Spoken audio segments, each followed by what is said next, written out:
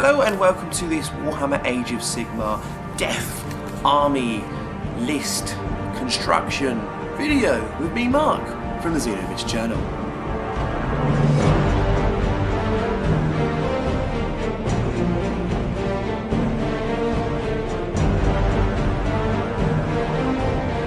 So today in this video I'm going to talk about Death. Now these guys got a lot of love at the end of what most would call the era of Warhammer Fantasy.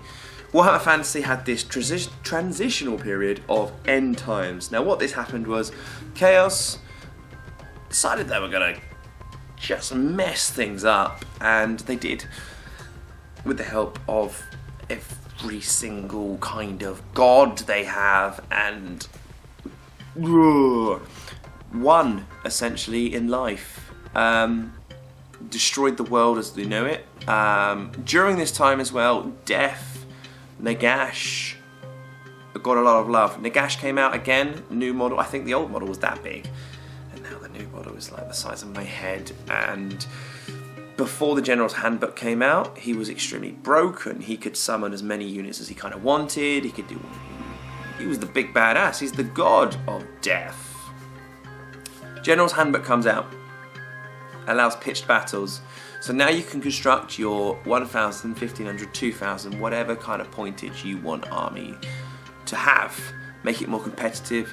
The gamers of the hobby will then start buying your models.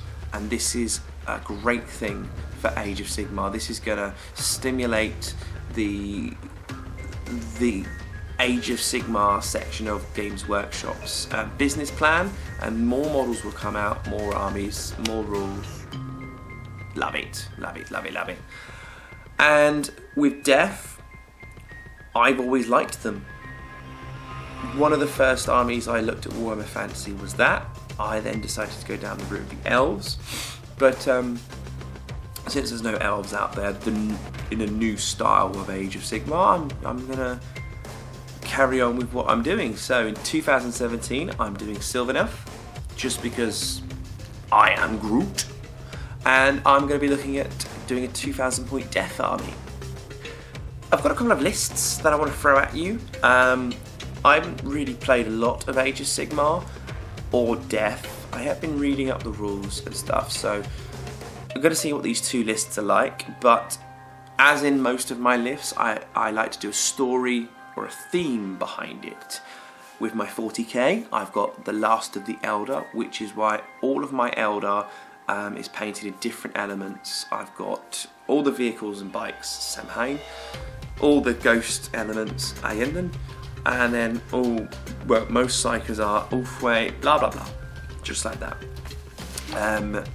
So this theme of Death, I like vampires, and one of the earliest things that influenced my love of vampires was one of the first games I got on PlayStation, Legacy of Kain Soul Reaver.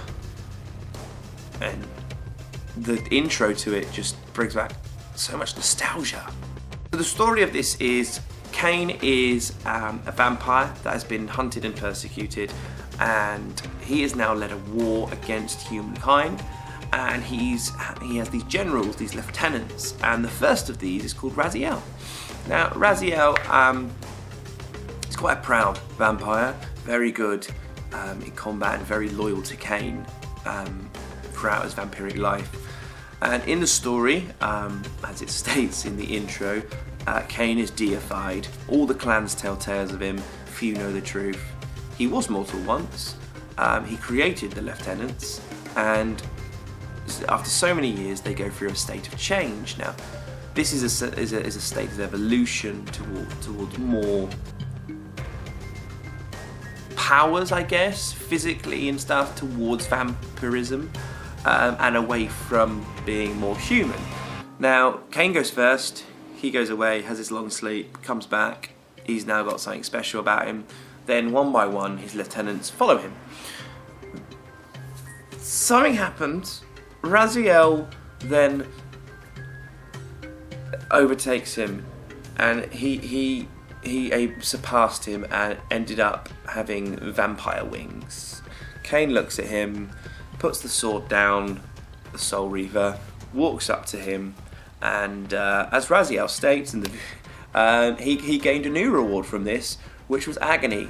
Kane rips the wings to shreds and then casts him into the abyss, which is this giant waterfall of swirling badness, because vampires in this lore, water is like acid to them. So Raziel gets thrown in. He then goes to the bottom, agony of centuries dying, and then this mysterious entity brings him back and turns him into his angel of death, his a kind of a reaper of souls kind of thing, to take revenge on Kane. Now, there's no model that epitomises Raziel in the game of Age of Sigmar, except for when he is a vampire, which is the vampire with the wing up. So I have purchased 2 vampire lords, one with the wing up for Raziel, one who just facially kind of looks a bit more like Kane, and I will put a couple of pictures up here and you can see them. Now, these are the basis of my army: 2 vampire lords, one on foot, one on not, but I'll use them as if they've both got wings, because in the game Kane kind of teleports things, so they both got to be able to have big movements. That's the start of the army, both armies lists that I've done for you today. So now you know the theme and the starting point, let's get into the actual army list. So the first army list: Vampire Lord, 140 points. They can both fly, essentially. Gives some maneuverability. One can support the units, while the other one can either grab an objective or kind of do what he wants, really. I haven't decided on the weapons yet, so this is just a bare bones kind of thing. Going into the main core of the units, 20 zombies, then a unit of 10 zombies, then a unit of 30 skeletons. These are your battle line, essentially, what you need to have. You need free battle line, essentially, in a 2,000 point army. So I've got a unit of 20 zombies, unit of 10. I'm going to merge them together. It's one of their special rules. So they're a big blob of 30 now. Big blob of 30 skeletons with spears. Spears rather than swords, because swords have a 1-inch range. So even if you're piling in, you won't be able to maximise the amount of attacks. Spears, harder to hit, but there are ways that the generals can help them with that. Then I've got a mortis engine. That is kind of a kamikaze unit. You drive it up to your opponent, he can do some mortal wounds to them. Lower bravery kind of armies. Unfortunately, Ian has lizard men, and they pretty much have a bravery of 10. Very hard to make them run away. So the mortis engine may not be very effective against them. But they can heal your death units as well, which would be good for behemoths and generals. Then I've got a Morgeist Harbinger, 2 of those for 240, Morgeist Arcay, can't pronounce things, Arcay, 240 points. One is specifically a killer for monsters.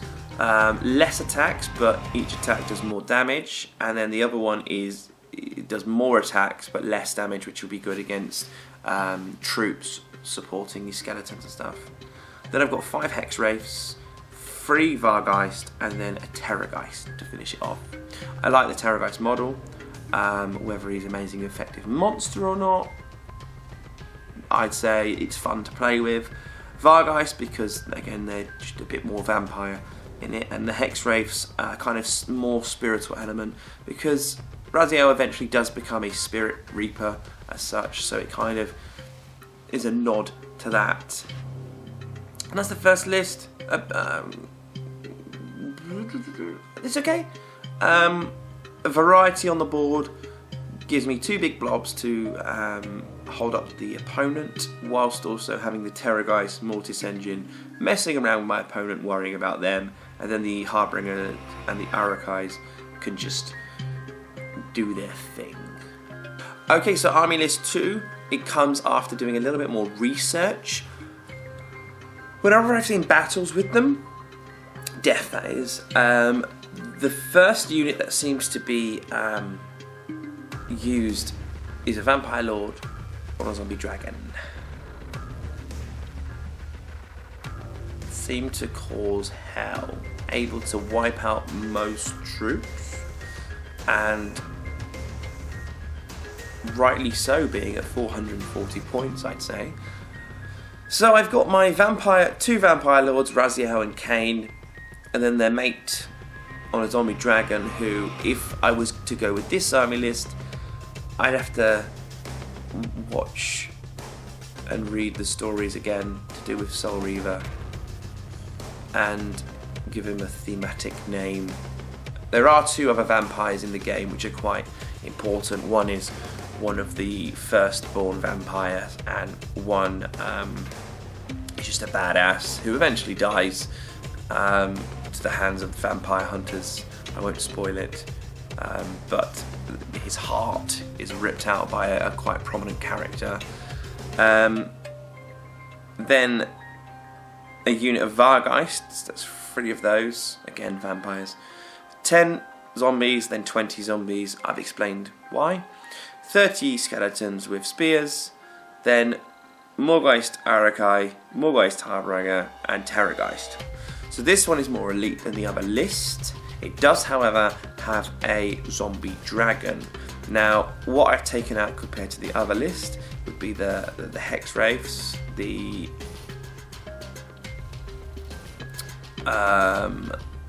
Mortis Engine. However, the previous list is 2,000 points exactly. This list is 2,100 points, giving your opponent a slight advantage if they're nearer to 2,000 points, because in Age of Sigmar there are rules during the game that if your opponent has more points and stuff, you can win and get bonuses and stuff like that. So it is a slight disadvantage to have the second list, but with a zombie dragon on the board, it should do more damage, technically. Yeah. So they're the two lists. I've used them on War Scroll Builder, www.scrollbuilder.com. I'm able to use it on my phone quite easily. It allows you to see a quick view, basically, of the army. So I'd recommend just having a little quick look at that. But yeah, so the first army, more models on the table, different variety. However, the models on the table probably won't be amazing against the ones Ian's have, which are Lizard Men and the Sigmarites, or Sigma Marines, whatever you want to call them. Second army, Zombie Dragon, but less thematic because there aren't no zombie dragons in the world of Soul Reaver. So let me know what you think of the two lists, if either of them are any good or any bad or terrible. How good are the units that I've mentioned? I haven't done a depth review for the book, which is a bit lazy, I'd say. Would you like to see one of those videos where I sit down and talk about all of the units in more detail? But in the comment section below, please tell me, are these lists any good? Do you think they'll be good?